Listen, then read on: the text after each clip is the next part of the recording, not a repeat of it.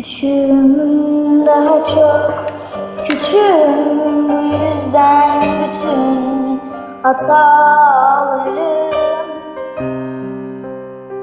Övünmem bu yüzden kendime özel, önemli zannetmem.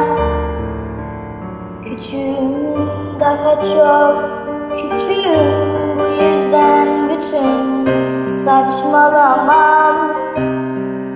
Yenilmem bu yüzden kendime hala güvensizliğim. Ne kadar